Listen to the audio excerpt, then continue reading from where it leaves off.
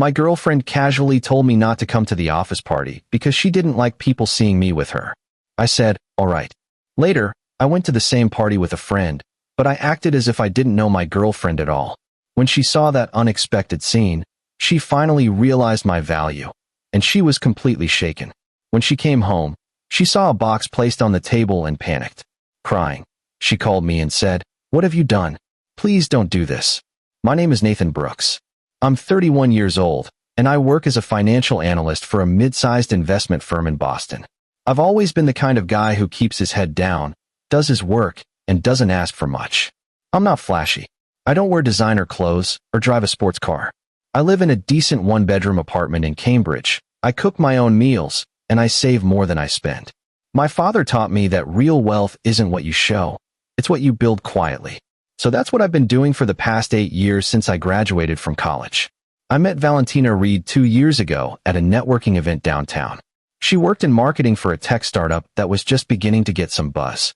She was stunning, blonde hair, sharp blue eyes, always dressed like she'd just stepped out of a magazine. I was surprised when she gave me her number. We started dating a few weeks later, and honestly, for a while, it felt perfect. She was ambitious, funny, and we had great chemistry. Or at least, I thought we did. But about 6 months into the relationship, I started noticing things. Little things at first. She'd change the subject whenever I mentioned meeting her coworkers. She never posted pictures of us together on social media, even though she posted everything else: her morning coffee, her workout selfies, her brunch with friends. And whenever we went out with her friends, she'd introduce me as a friend, or just by my first name, never as her boyfriend. I brought it up once, casually, after we left a bar where she'd done it again. "Hey, you know you can call me your boyfriend, right? I mean, that's what I am." She laughed it off. "Oh, Nathan, don't be so sensitive. It's just weird to label things in front of people. It makes it feel so formal." I let it go. I didn't want to be that guy who overthinks everything. But deep down, it bothered me. Then came the office party incident. It was a Thursday afternoon, December 12th, around 3 p.m. I was finishing up a quarterly report when Valentina texted me. "Valentina, hey babe, there's a holiday party at my office next Friday. Company rented out this rooftop venue downtown. Should be fun." Me, nice. "What time?" "I'll clear my schedule." There was a long pause. The 3 dots appeared and disappeared a few times. "Valentina, actually, I think it's better if you don't come." I stared at my phone, reading the words over and over. "Me, what do you mean?" "Valentina, I don't really like mixing my work life and personal life, you know?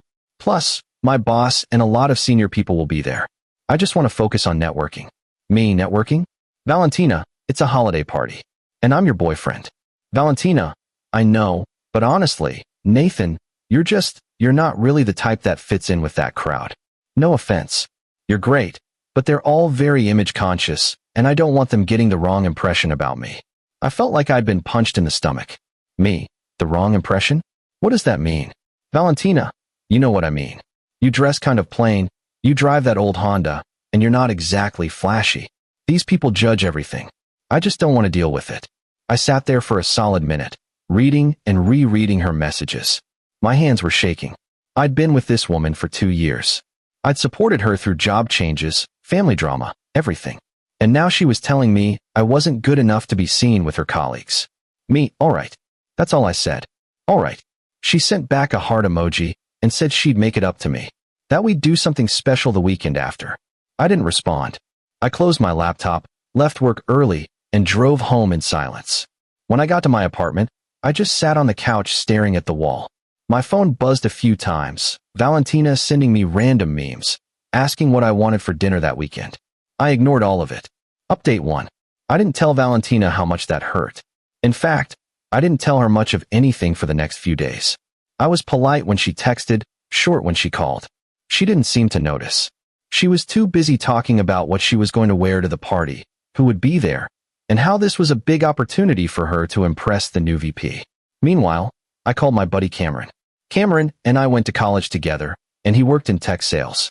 He was the opposite of me, loud, confident, always the life of the party. I told him what happened over beers at our usual spot in Somerville. "Bro," he said, setting down his glass and staring at me in disbelief. "She said what?" "Yeah, She basically said I'm not good enough to be seen with.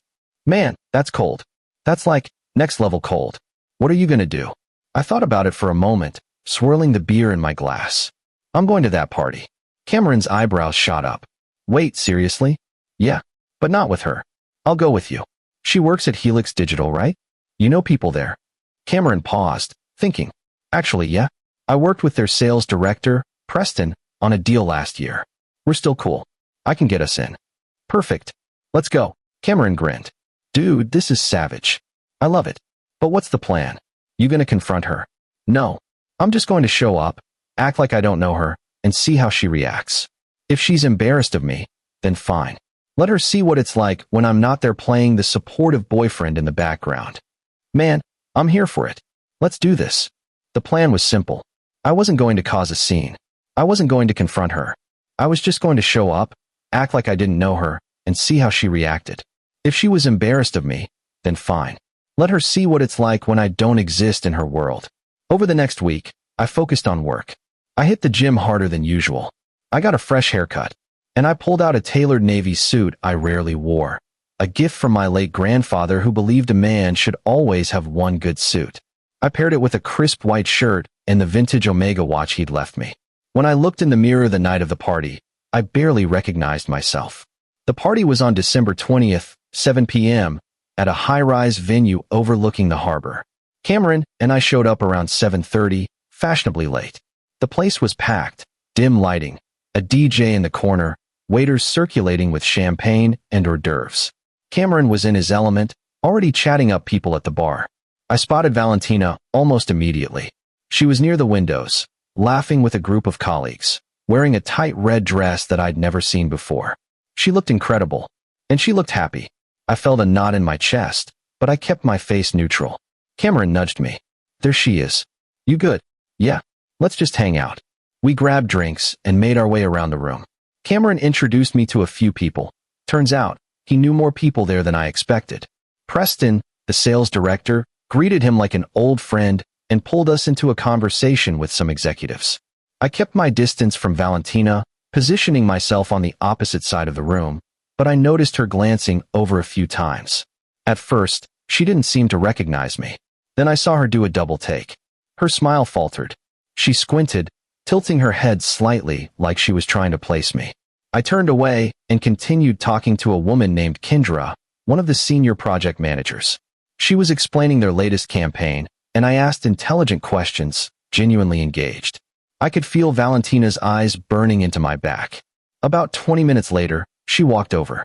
She was trying to look casual, but I could see the tension in her jaw, the way her hands fidgeted with her clutch. Nathan, she said, her voice tight and uncertain. I turned and acted surprised, like I'd just noticed her for the first time. Oh hey, Valentina, right? Her eyes widened. Her mouth opened slightly. Right? Nathan, what are you doing here? This is Kendra, I said, cutting her off smoothly and gesturing to the woman beside me. She was just telling me about the campaign they launched last quarter. Really impressive stuff. Kendra smiled warmly. Thank you. Are you in marketing too? No, finance. I'm here with Cameron. He's over there talking to Preston.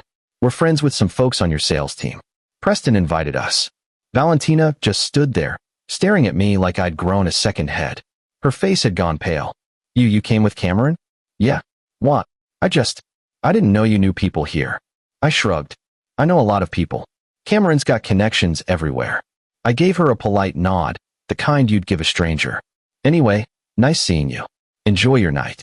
I turned back to Kendra, continuing the conversation as if Valentina wasn't even there. Valentina stood frozen for a few seconds, then walked away. But I could feel her eyes on me the rest of the night. Every time I laughed at someone's joke, every time I shook someone's hand, I saw her watching from across the room.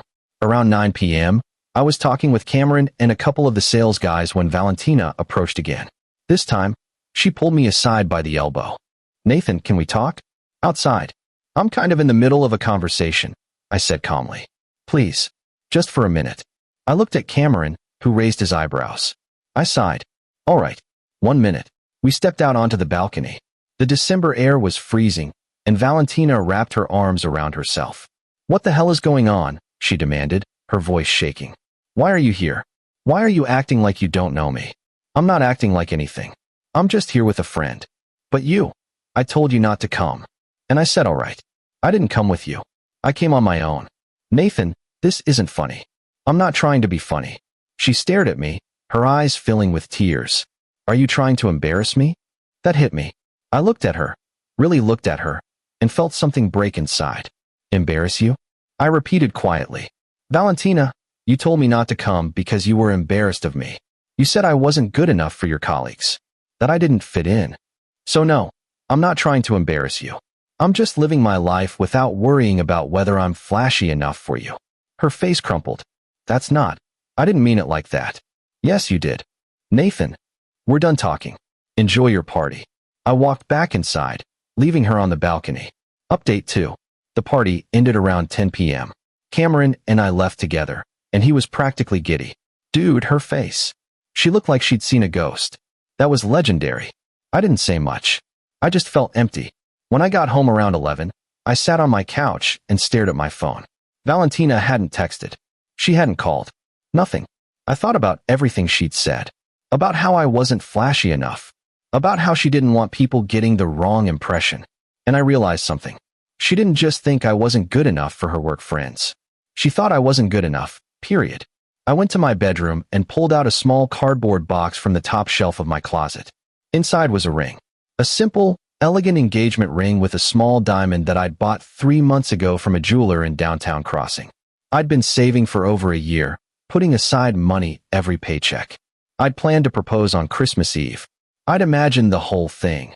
Dinner at her favorite Italian restaurant in the North End, the ring hidden in my jacket pocket, getting down on one knee by the waterfront, the look on her face when I asked her to marry me.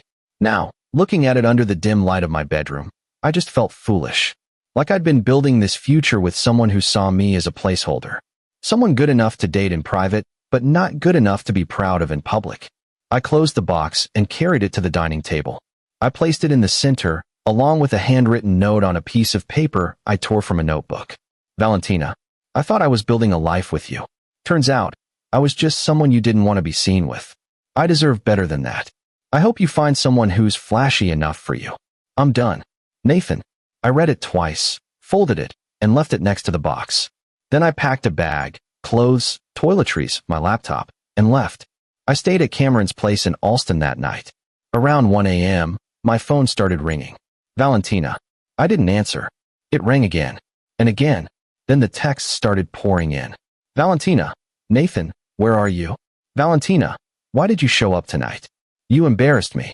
Valentina, we need to talk. Valentina. Nathan, please. Answer me. Valentina, this is ridiculous. Call me. I turned my phone off and went to sleep on Cameron's couch. Update 3. The next morning, December 21st, I woke up to 23 missed calls and a flood of messages. I scrolled through them, my stomach turning. The tone had shifted completely. The last few texts were different. Valentina, I just got home. I saw the box. Valentina. Nathan, is this what I think it is? Valentina. Oh my God. Oh my God. Valentina, please call me. Please. I'm begging you. Then, a voicemail. I pressed play, and her voice came through, shaking and broken. Nathan, what have you done? Please don't do this. I know I messed up, okay? I know I hurt you. But don't do this. Don't leave. We can fix this. I swear we can fix this. Please, just call me back. I love you. I swear I love you. Please. I can't. I can't lose you. Please. I listened to it twice. Her voice was raw, desperate. A part of me wanted to call her back. But a bigger part of me knew that this was who she really was. And no amount of tears or apologies could change what she'd said to me. I deleted the voicemail. Cameron walked into the living room where I was sitting on the couch. She called. Yeah, a lot. You gonna talk to her? I don't know, man. I really don't. But I did know. Deep down, I knew I couldn't go back to feeling like I wasn't enough. Like I was something to hide. That afternoon, around 2 p.m., I decided to go back to my apartment to grab more of my stuff. When I pulled up, Valentina was sitting on the steps outside the building. She looked terrible. No makeup, hair pulled back in a messy bun, eyes red and swollen. When she saw me, she stood up fast, nearly stumbling. Nathan. Don't, I said, holding up my hand as I walked toward the door. Just don't. Please, listen to me. I was stupid. I was so stupid. I got caught up in all this work stuff, trying to impress people who don't even matter. But you matter. You're the one who's been there for me. You're the one who actually cares. Then why did you tell me not to come? She looked down, her voice barely a whisper. Because I'm an idiot. Because I thought if they saw you, they'd think I wasn't ambitious enough, or that I was settling. I interrupted, my voice cold. You thought you were settling? No, that's not what I meant. Yes, it is. That's exactly what you thought. You thought I wasn't good enough. You thought I made you look bad. She started crying, tears streaming down her face. Nathan, I'm sorry. I'm so sorry. I don't know what else to say. I don't know how to make this right. I stood there, looking at her, and I realized something. I didn't feel angry anymore. I just felt tired. Tired of trying to be enough for someone who would never see me the way I deserve to be seen. I'm not going to be with someone who's ashamed of me, I said quietly. I'm not going to spend my life wondering if I'm enough for you. You showed me exactly how you feel, Valentina. And I believe you. No, please. We're done. Nathan, don't do this. Please. I love you. I love you so much. If you loved me, you wouldn't have been embarrassed of me. I walked past her, into my apartment building, and locked the door behind me. She stayed outside for another hour, knocking on the door, calling my name through the intercom, begging me to let her in. Eventually, she left. I stayed inside, packing my things in silence. Final update. It's been 4 months since that night. 4 months since I walked away from someone I thought I'd spend my life with. I moved on faster than I thought I would. The truth is, once I realized I deserved better, it became easier to let go. I stopped questioning myself. I stopped wondering if I should have done things differently. Because the reality was, she showed me who she was. And I finally listened. Valentina reached out a few more times in January. Long, rambling texts about how she'd changed, how she realized what she lost, how she wanted another chance. I didn't respond. Not out of spite, but because there was nothing left to say. I heard through mutual friends that she quit her job at Helix Digital in February. Apparently, the pressure got to her, and she had some kind of breakdown at work. She moved back to her parents' house in Connecticut. I don't know the details, and honestly, I don't need to. I've been focusing on myself. I started going to the gym more consistently, picked up woodworking as a hobby, something my grandfather used to do, and even got promoted at work in March. My boss told me I'd been performing at a higher level, and they wanted to recognize it. The raise was significant. And a few weeks ago, I met someone new. Her name is Penelope. She's a 4th grade teacher, funny, kind, and completely unpretentious. We met at a coffee shop in Harvard Square when she accidentally spilled her latte on my shirt. She was mortified. I laughed it off, and we ended up talking for 2 hours. The first time I met her friends, she introduced me as her boyfriend with the biggest smile on her face. She didn't hesitate. She didn't look embarrassed. She was proud. That's when I knew I'd made the right choice. I don't regret walking away. I don't regret showing up to that party. And I definitely don't regret leaving that ring on the table. Because if someone can't see your value, they don't deserve to be in your life. I'm worth more than being someone's secret. In relationships, respect and genuine pride in your partner are fundamental. If someone is embarrassed to publicly acknowledge you or treats you like you're not good enough, that's a sign of deeper issues in how they value you as a person. Real love doesn't hide, it celebrates. Know your worth, set boundaries, and never settle for being someone's option when you deserve to be their priority. Self-respect isn't selfish, it's necessary. Surround yourself with people who are proud to have you in their lives, and never compromise your dignity for anyone who makes you feel less than you are.